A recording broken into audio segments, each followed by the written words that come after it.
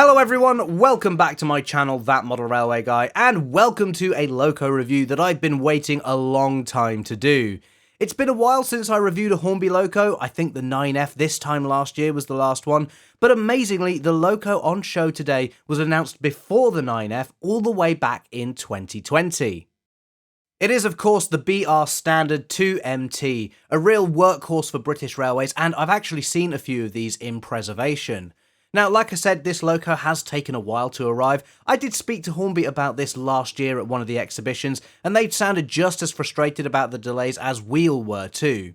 Obviously, we don't know the reason behind the scenes for that, but the good thing is that the model is finally here, and today we're going to take a close-up look at it. The 9F set the bar really high last year, as have the recent P2 and turbo motive models, and so this is going to be interesting to see how the 2MT fares against those. So let's start off as always by taking a look at the general specs. As you can see, I've gone for the BR black livery with the early crest. I believe this is product code R3838. The model has an 8-pin decoder socket. Hornby are starting to move over to using the 21-pin sockets in their newer releases now, but like I said, this loco has been delayed and it's basically the last loco in this sort of transition period. There's no firebox LED either, and we still have the standard tender connection rather than the newer plug-in method we've seen on things like the P2. Again, when I spoke to Hornby about this, they basically said the model would have had to have been delayed even further if they'd have gone back to redesign these areas, which personally I can totally understand. Price-wise, the RRP for these models is currently £217.99. That said, I pre-ordered this model from Hornby at the original RRP of £179.99, which Hornby have honoured. And the retailers are currently selling these for around £196, just so you get the full spectrum there. Obviously, this is still quite an expensive model, but in comparison to other releases from Hornby, again, I'm thinking about the 9F, which was more like £250, I think, we are seeing a slightly lower price for a slightly smaller loco. Naturally though, it'll be up to the individual on what they're willing to pay for a brand new tooled Standard 2, and whether the model is worthy of the price tag. So, let's take a look at it. Personally, I am really excited for this loco. Little black tender engines from Hornby always seem to have been good in the past. The J15 and the J36 both spring to mind here, and although this is a bit bigger in comparison, I still consider them kind of in the same vein. Sadly though, we don't have the upgraded packaging that the 9F P2 and the Turbo Motive were released with. While I understand the model itself is harder to change, you'd think it would be fairly easy for Hornby to put it in the new box. One thing I am really impressed with is that the boiler and the footplate on this model is made from metal. That's really nice, giving the loco a decent amount of weight and making it feel high quality at the same time. For me, it's always nice when Hornby go the extra mile to produce a model in a more sturdy material rather than it being all plastic. The livery is a simple BR black, but it's applied nice and consistently, and the red bands around the boiler are nice and sharp too. On the cab we have the red and cream BR lining, which is very nicely applied, along with the loco's number 78010. The lining is repeated on the tender as well, with lots of nice rivet detail around this area. You can see we also have the early BR crest on this loco, the cycling line printed really nicely on the side of the tender there. Looking below the footplate, there's lots of additional separate detail fitted down here too that you could easily miss. There's the speedo cable, I think, on the back wheel. There's pipework above the wheels, which themselves are really nice and not too shiny like we've seen on locos in the past. There's also more of the red lining on the cylinder covers too. Looking at the front of the loco, we have the funnel as expected. Nothing too special to say about this, but it does play into the workhorse nature of the prototype. On the face of the smoke box, we have the lamp bracket, handrail and number plate. All of that is above the separately fitted smoke box start, and then we have the shed code printed really nicely below this as well. There's also the works plate down here too, with some really tiny lettering on that, and then just behind this is some really nice intricate pipework picked out in brass coloured paint. There's more lamp brackets along the front of the footplate too, before we get to the nice red buffer beam. Sprung buffers are included as well, and these are metal too, which is pretty standard these days, but always nice to point out. Also worth pointing out is the NEM pocket under the buffer beam there. You can fit a standard tension lock coupler, which is included, onto the front of the loco for those of you who like running tender first. Moving back along the model, you can see we have lots more separately fitted detail included, whether it's the pipework on the footplate or the nice wire handrails that run from the smoke box back along the body. There's also the additional pipework below this too, which has that nice cover over the top, and the two pipes that run up the side of the boiler as well. As expected, we had the dome sitting nicely on top of the body, but the bit I'm really fascinated by is the pipework just ahead of the cab. This is really intricate, but doesn't feel delicate at all. Often when I see locos with pipework like this, I'm worried to pick them up, but the pipework around the cab on the 2MT doesn't feel brittle at all, despite it being so fine. It's nicely coloured too, sitting in really well with the safety valve and whistle. I believe both the whistle and the safety valves are made from plastic, although I'm not entirely sure. The advantage though is that the colouring matches up much better this way, and it matches the pipework in the area too. You can see we also have glazed windows on the front of the cab, which have a really nice gold rim around them too. And looking at the loco from the opposite side now, you can see we have lots more additional pipework here, especially that piece below the cab too. Again, this is a very intricate piece and has been picked out in the same colour as the rest of the pipework, making it all nice and consistent. Taking a look at the cab overall though, this is one of those interesting locos where the tender actually forms a rear wall for the cab. Presumably that is to create a more sheltered working environment for the crew. And on top of the main part of the cab, we do have a moving vent here which can be posed in any position you like. Of course, the more enclosed cab does make it a little bit difficult for me to show you the interior, but hopefully you can just about see that this is up to Hornby's usual high standard. It's really nicely done, the dials have even been painted on the gauges, although like I said earlier, we don't have an LED in the firebox. It is quite an enclosed cab though, so I don't think this is a deal breaker. If we take a look in the detail pack as well, you'll notice we don't have the driver or fireman figures that have been included with other recent models. Like the packaging, that is a bit of a shame since surely it wouldn't have taken much to include them. We do have plenty of extra detail to fit though, such as the brake rigging, additional pipework, and the option of either that tension lock coupling that I mentioned earlier, or a snowplow which looks as if it clips into the NEM socket too. Finally then, let's take a look at the tender, and it's really quite shallow with the coal bunker sitting up on top.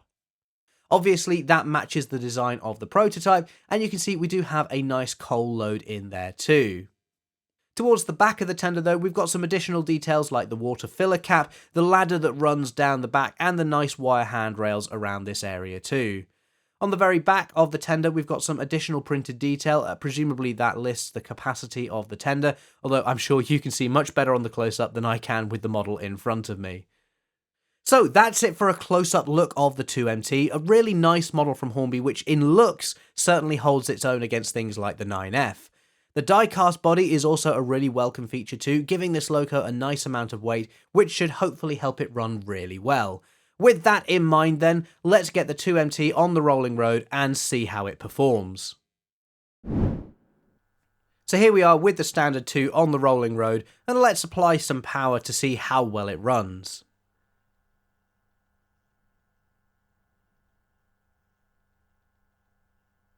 I have to say, the slow speed is incredible. Those wheels are only just turning, which means the 2MT is capable of crawling along, and also nice smooth starts as well.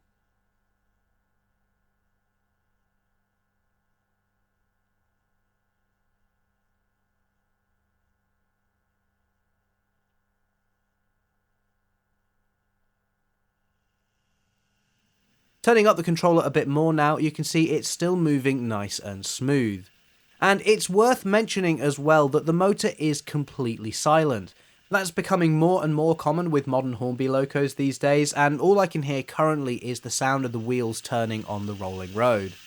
And for anyone wondering, this model has been fully running for about 30 minutes in each direction at the time of filming.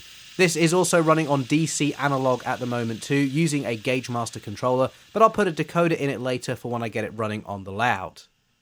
So everything seems great in the forwards direction, let's see if it's all the same in reverse. And yes, again there we have a nice slow crawl.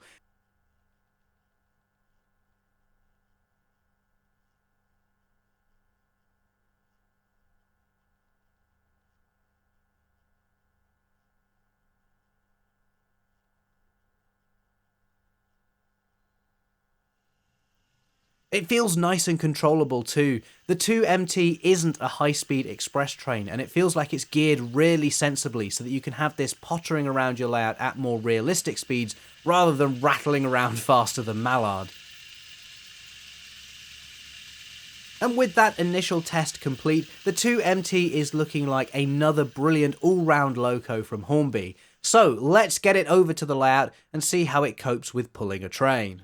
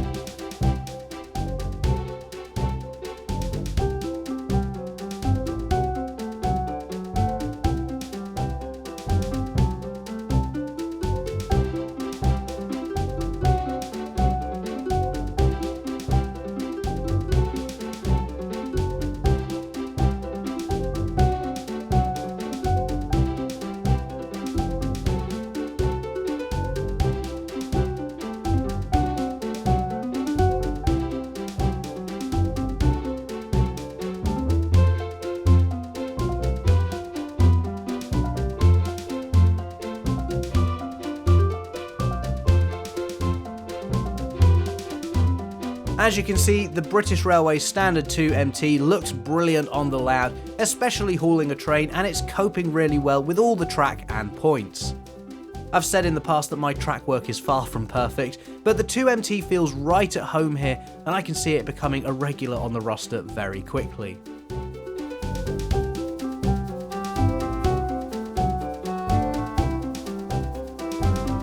The look of this loco is just brilliant, the attention to detail with all that pipework is amazing, and of course it runs really nicely too. It's perfectly happy pulling a train or shunting light engine on the run round loop, and it feels very much like the all-rounder that the prototypes were as well. Despite the high level of detail, the Hornby 2MT doesn't feel fragile or delicate. It's a workhorse and a capable one at that. Of course, for some people this loco isn't going to be as exciting as a P2 or the turbo motive, and I can understand that. And I can also understand the reasoning for those who feel the price is too high for a loco that doesn't have any of the new features Hornby is now starting to include as standard. That said, there's always going to be a transition period, but for me, the £180 I paid for this model, well, I feel very happy with what I've got, especially with that metal body. Would I be as happy if I was buying this at the full RRP right now? I don't know, it's hard to say for certain because I'm not in that situation. And as I always say with these reviews, what you're willing to pay will come down to each individual person. For those like me though, who have been waiting a long time for this model to be released, it's a fantastic loco. I'm very happy, and I think we're all glad to see it finally released. It wasn't so long ago that Hornby was having issues with its supply chain or just quality control in general, but it now appears that they've turned a corner. With so many new competitors in the market such as Rapido and Accurascale, Hornby do realise that they need to up their game, and while they may still have some work to do, personally I feel like there's been a big improvement in the last few years alone. As for the 2MT, like I said, I'm very happy with my model, and for me, I think I can categorically say it was worth the wait. So that's it for today, guys. If you've enjoyed this review or found it helpful in any way, please do subscribe to the channel. It really does help out, and there's loads more great model railway videos like this on the way really soon. In the meantime though, thank you so much for watching everyone, and I'll see you in the next video. Bye!